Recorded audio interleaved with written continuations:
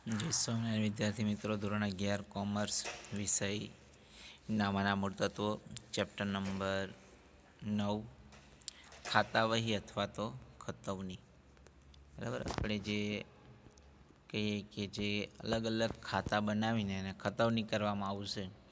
આ ચેપ્ટરની અંદર આપણે એની પ્રસ્તાવના, એનો અર્થ, ખાતું એટલે શું, ખાતાનો નમૂનો અને ખતવણીનો અર્થ, ખાતાવહીની ઉપયોગિતા કે ફાયદો, ખાતાવહીની અનુક્રમણિકા, ખાતાવહીના સ્વરૂપો, ખતવણીની પ્રક્રિયા કઈ રીતે કરીશું, કેવી રીતના ખતવણી કરીશું એ, ખાતાવહીનું વિભાજન અને ખાતાની બાકી. જો આટલું આપણે આ પ્રકરણની અંદર શીખવાનું છે. બરાબર છે. તો સૌપ્રથમ વાત કરીએ આપણે ખાતું એટલે શું, ખાતાવહી એટલે શું. બરાબર છે. જે વિગત એટલે કે ખાતું એટલે કે જેનાથી આપણને સંપૂર્ણ માહિતી પ્રાપ્ત થતી હોય. બરાબર છે. દાખલા તરીકે આપણું બેંકમાં આપણું ખાતું હોય તો શું થાય છે, એ ચોપડી દ્વારા આપણને બેંક પાસબુક હોય ને, બેંક પાસબુક દ્વારા આપણને આપણી કેટલી જમા રકમ કરાવી છે અને કેટલી ઉપાડી છે. બરાબર છે. વ્યાજ કેટલું જમા થયું છે, વ્યાજ કેટલું ચડી ગયું છે, કોઈ ચાર્જિસ કેટલું થયું, બધી જ માહિતી જે છે એ ખાતા દ્વારા આપણને પ્રાપ્ત થાય છે. બરાબર છે. એ જ રીતે આ ખાતું છે, આમાં પણ બે સાઈડ હશે, ઉધાર અને જમા. બરાબર છે. અગાઉ આપણે એને નમૂનો જોઈશું. તો આપણે અગાઉના પ્રકરણોમાં ધંધાના આર્થિક વ્યવહારો પરથી આમનોંધ કે પેટાનોંધો કેવી રીતે કરવી તેની સમજ મેળવી. પેટાનોંધો આવડી ગઈ. આપણને સૌપ્રથમ વાત કરીએ તો આર્થિક બિનઆર્થિક વ્યવહાર ઓળખતા આવડી ગયું, એના નિયમો આવડી ગયા, એટલે આપણે આમનોંધ શીખી લીધી. આમનોંધ આવડી ગઈ, ત્યારબાદ પેટાનોંધો. હવે પેટાનોંધો થઈ ગઈ, એ ખાતા બંધ કરવાના. પેટાનોંધોના જે બંધ, ખરીદ ખાતું, બરાબર છે, ખરીદ નોંધ હતી એ ખરીદ ખાતું કહેવાય, વેચાણ નોંધ હતી વેચાણ ખાતું કહી શકીએ આપણે. બરાબર. તો એ રીતે આ ખાતું જે છે, આ પ્રકરણમાં આપણે આમનોંધ કે પેટાનોંધો પરથી ખાતાઓ કેવી રીતે તૈયાર કરવા તેમજ ખાતાની બાકી કેવી રીતે શોધવી તેનો અભ્યાસ કરીશું. બાકી કેવી રીતના શોધીશું, ઉધાર કેવી રીતના થાય, જમા કેવી રીતના થાય, એ કોઈપણ એકમમાં ધંધાનો હિસાબો તૈયાર કરતી વખતે જુદા જુદા ખાતાઓ કેવી રીતે તૈયાર કરવા તેમજ દરેક ખાતાની બાકીઓ કેવી રીતે શોધવીને ખૂબ જ મહત્ત્વનો ભાગ ભજવે છે.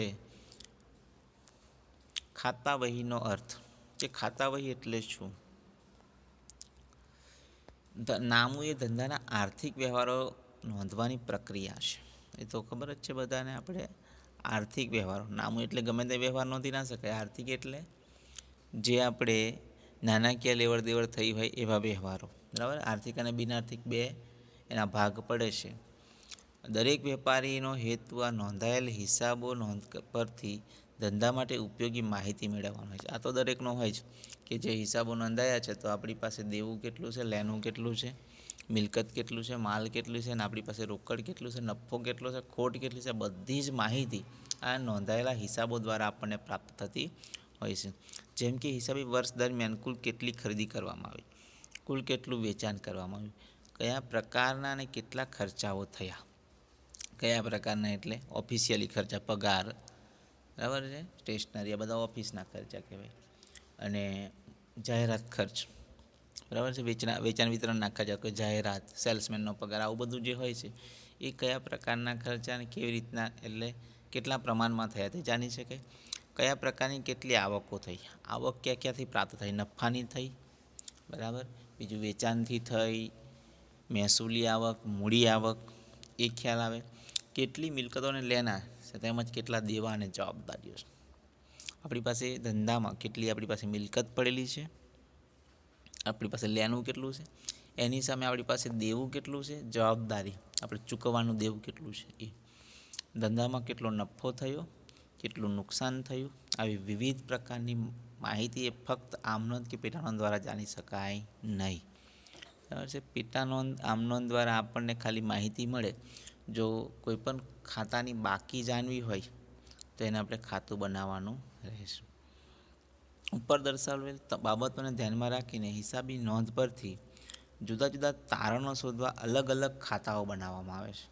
આવા અલગ અલગ ખાતાઓ હોય ને જે ચોપડે નોંધવામાં આવે છે તેને ખાતાવહી કહેવામાં આવે છે. ખાતાવહી કોને કહેવાય, કે જે અલગ અલગ ચોપડા બનાવવામાં આવતા હોય અને એ ચોપડા એ ચોપડાની અંદર જે વિગતો દર્શાવેલી હોય કે બાકી હોય બરાબર, એને આપણે શું કહીશું? ખાતા વહી કહીશું. ખાતું એટલે શું? કોઈ ચોક્કસ હિસાબી સમયગાળા દરમિયાન વ્યક્તિ, માલ મિલકત, ઉપજ ખર્ચ કે કોઈ એક બાબત સાથે સંકળાયેલ તમામ વ્યવહારો નિશ્ચિત નામાના નિયમો અનુસાર ઉધાર અને જમા અસરો દર્શાવતું તારણ એટલે ખાતું. ખાતું કોને કહેવાય? કે ચોક્કસ વ્યક્તિનું હોઈ શકે, માલનું હોઈ શકે, મિલકતનું હોઈ શકે, ઉપજનું હોઈ શકે, ખર્ચનું પણ હોઈ શકે, કોઈક એક બાબતની સાથે સંકળાયેલું હોય અને તમામ જે વ્યવહારોનો નિશ્ચિત નમૂનો હોય, બરાબર છે. ઉધાર, જમા થયેલું હોય, વિગત લખેલી, રકમ લખેલી, નોંધણી પાના નંબર લખેલું હોય, આ રીતે ચોક્કસ વિગતો લખાયેલી હોય અને જે નમૂનો આપણને જે છે એ નમૂના અનુસાર હોય, બરાબર છે. તો એને આપણે શું કહીએ? ખાતું કહી શકીએ. કોઈ પણ ખાતું બનાવતી વખતે તે ખાતાને સંકળાયેલ ઉધાર વ્યવહારોને અસર કે જમા વ્યવહારની અસર, જમા અસર ખાતા આપવામાં આવે છે. આમ ખાતાના બે બાજુ હોય છે, એટલે કે ઉધાર અને જમા. તમે ઘણી વખત બેંક પાસબુક જોશો તો પર્ટિક્યુલર શું, પહેલાં તો ક્રમ અથવા તો ડેટ હોય, ત્યારબાદ પર્ટિક્યુલર એટલે કે વિગત દર્શાવેલી હોય, બરાબર. ત્યારબાદ ડેબિટ અને ક્રેડિટ બેલેન્સ અને એના લાસ્ટમાં જે ખાનું હોય એનું બેલેન્સ હોય છે, બરાબર. કે આપણી પાસે કેટલું બેલેન્સ થયું, એમાં કેટલું ક્રેડિટ થયું, કેટલું ડેબિટ કર્યું, બરાબર છે. બધી જ બાબતો એમાં દર્શાવેલી હોય. તો એવી જ રીતના આ ચોક્કસ નમૂનાની અંદર હોય છે. ખાતાનો નમૂનો. હવે આપેલ ખાતાના નમૂના પરથી આપણે ખાતાની વધુ સમજ મેળવીએ, તેની ખાતું કેવી રીતે તૈયાર કરવું તે પણ જોઈએ. જે નમૂનો આપેલો છે આપણને અહીંયા, જો ખાલી જગ્યાનું ખાતું એટલે જે વ્યક્તિનું હોય તો વેચાણનું હોય તો વેચાણ લખાશે, વેચાણનું ખાતું. ખરીદીનું હોય તો ખરીદીનું ખાતું, રમેશનું હોય તો રમેશનું ખાતું, રોકડનું હોય તો રોકડનું ખાતું, બરાબર છે. જેનું નામ હોય એ પ્રમાણે અહીંયા ખાતું લખાશે. તો અહીંયા પહેલાં તો એ જોવાનું કે ઉધાર અને જમા. ઉધાર ક્યાંથી સ્ટાર્ટ થશે? તો કે તારીખ, વિગત, નોપા અને રકમ. નોપા એટલે કે નોંધની પાના નંબર, બરાબર. એ રીતે આ જે જમા છે તો જમા પણ અહીંયાથી તારીખ, વિગત, નોંધની પાના નંબર ને રકમ. આને શું કહેવાશે? ખાતું. ઉધાર અસર તો ઉધાર બાજુ લખાશે અને જમા અસર હશે તો જમા બાજુને રકમના ખાનામાં રકમ લખી અને બંનેમાંથી જે તફાવત હોય એ તફાવત લખવામાં આવે તેને શું કહેવાશે? બાકી કહેવાશે. જેવી રીતના આપણે રોકડ મેળમાં કરતા હતા એ જ રીતે અહીંયા પણ કરવાનું રહેશે. દ્વિનોંધીનામા પદ્ધતિ મુજબ દરેક ખાતાની ડાબી બાજુએ ઉધાર બાજુ તરીકે અને જમણી બાજુને જમા તરીકે ઓળખવામાં આવે છે. દ્વિનોંધીનામા પદ્ધતિ મુજબ શું કહેવાય છે? ડાબી બાજુને ઉધાર બાજુ, બરાબર છે. આ શું કહેવાય? આ ઉધાર બાજુ. અને જમણી બાજુ એટલે કે અહીંયાથીની જે આ બાજુ જે છે એને શું કહેવાશે? જમણી બાજુ, અને જમા બાજુ તરીકે ઓળખવામાં આવે છે. અને ઉપર આપેલા ખાતાના નમૂના મુજબ ખાતામાં ખાના પાડવામાં આવે છે અને દરેક ખાનાની સમજ આપણે હવે એના પછી જોઈએ તો કે સૌપ્રથમ આપેલું છે આપણને તારીખ. જેવી રીતના આપણે આમ નોંધમાં કરતા, પેટા નોંધમાં કરતા, રોકડ મેળમાં કરતા કે તારીખના ખાનાની અંદર તારીખ લખવાની, કે જે દિવસે કે તે તારીખે વ્યવહાર થયો હોય એ તારીખ વ્યવહાર અહીંયા નોંધવામાં આવે છે. એટલે કે ખાતાની જે વ્યવહારની અસર થતી હોય તે વ્યવહારની તારીખ આ ખાનામાં દર્શાવવામાં આવે છે. આ જ રીતે આમનોંધ કે પેટાનોંધમાં દર્શાવેલી હોય છે. જેવી રીતના આમનોંધ પેટાનોંધમાં હતી ને એ જ સેમ ટુ સેમ પ્રમાણે અહીંયા તારીખ લખવાની. હવે અહીંયા વિગત. તો વિગતની અંદર આપણે એની અંદર જોતા હતા કે આમનોંધની અંદર, આમનોંધમાં શું કરતા? વિગતમાં તો કે આમનોંધ લખતા, બરાબર છે. અહીંયા શું કરીશું? આપણે જે ખાતું અસર પામતું હોય ને એ ખાતું લખવાનું રહેશે. કે વિગતના ખાનામાં જ્યારે ખાતાની ઉધાર બાજુ નોંધ કરતા હોય ત્યારે તે વ્યવહારની જમા અસર પામેલું ખાતુંનું નામ લખવામાં આવે છે. એટલે કે જો રોકડ ખાતું હોય આપણી પાસે અને રોકડ ખાતા વેચાણ કર્યું હોય, રોકડેથી વેચાણ કરીએ એવો વ્યવહાર હોય, રોકડ ખાતું હોય તો રોકડ ખાતામાં રોકડ ખાતે લખી શકાય નહીં. રોકડ ખાતામાં શું લખાશે? વેચાણ ખાતે લખાશે. એટલે એની વિરુદ્ધની એન્ટ્રી આપવાની. અને વેચાણ ખાતાની અંદર શું લખાશે? ઉધાર બાજુ તો કે રોકડ ખાતે, બરાબર છે. એવી રીતના અહીંયા આપણે બધું એની માહિતી જે છે દાખલાની અંદર જોઈશું. તો કે એની જે જમા અસર પામતી હોય એ ઉધાર સાઈડ લખવું હોય તો કે એની જે જમા અસર હોય એ લખવાની રહેશે.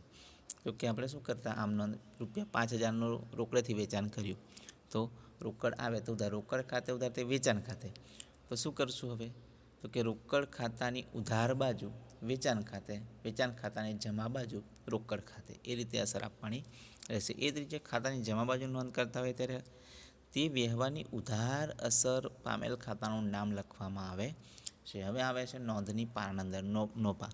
આનો ઉપયોગ છે બહુ જ ઓછા પ્રમાણની અંદર થતો જોવા મળે છે આપણે, કે જેવી રીતના આપણે આમ નોંધમાં ખાતા વહી પાના નંબર આવતું, તો એનો આપણે કોઈ ઉપયોગ મોટાભાગે થતો નહોતો. એ રીતે એ નોંધની પાના નંબર, પરંતુ જે ખાનું બનાવીએ એમાં ખાસ લખવાનું રહેશે, કે નોપાનું ખાનું પણ બનાવવાનું રહેશે. આમ નોંધ અને પેટા નોંધના ચોપડામાં દરેક પાનાને અનુક્રમ નંબર આપવામાં આવેલો છે. જે નોંધની અસર આ ખાતામાં આપવાની હોય તે નોંધ આમ નોંધ કે પેટા નોંધ જે પાના નંબર પર હોય તે નંબર ખાનામાં લખવાનો હોય છે. તે જ રીતે આમ નોંધ કે પેટા નોંધમાં ખાતા વહીનો નંબર વ્યવહારની સામે લખવામાં આવે છે, જેથી એકમના ધંધાના વ્યવહારોની નામાના ચોપડામાં આપેલ અસરોની મેળવણી કે ચકાસણી સરળતાથી કરી શકાય. હવે રકમના ખાનાની અંદર વાત કરીએ તો રકમમાં તો જેટલી રકમ આપણે ઉધાર કરેલી હોય તેટલી ઉધાર, અને જમા કરેલી હોય તેટલી જમા અસર આપવાની રહેશે. તો કે આમ નોંધ કે પેટા નોંધમાં વ્યવહારની જે રકમ દર્શાવેલી હોય તે જ રકમ જ્યારે વ્યવહારની ખાતામાં અસર આપીએ ત્યારે રકમના ખાનામાં લખવામાં આવે છે. એટલે કે રકમ જેટલી લખેલી હોય એટલી જ રકમ એ આપણે આમ નોંધ કરતા હોઈએ ત્યારે આમ નોંધમાં દાખલા તરીકે 5,000નો માલ ખરીદે તો 5,000ની રકમ લખવાની, બરાબર છે. એટલે કે જેટલા એ અસર પામતું હોય એટલી રકમ અહીંયા આપણે દર્શાવવાની રહેશે.